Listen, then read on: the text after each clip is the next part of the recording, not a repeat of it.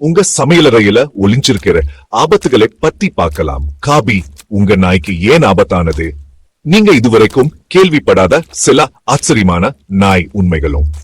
Coffee உங்களை சுறுசுறுப்பாக்கும், ஆனா நாய்களுக்கு அது விஷம். ஒரு சின்ன சிக் குடிச்சா சூட், அதோட இருதயத்தையும் நரம்புகையும் அது பாதிக்கும். அதனால காபி கோப்பைகளையும் காபி கொட்டைகளையும் நாய்கள் கிட்ட இருந்து எப்பவும் தள்ளியே வைங்க.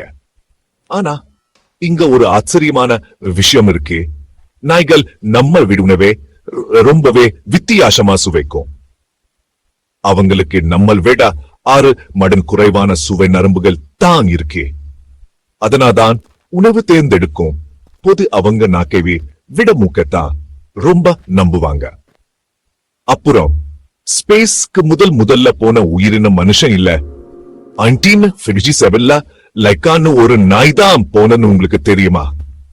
துரதிர்ஷ்டவசமா அது திரும்பி வீட்டுக்கு வர, ஆனா அது வரலாறு படைச்சது. அப்புறம் நாய்களுக்கு இசை பிடிக்காதுன்னு ஒரு பழைய பழமொழி இருக்கு.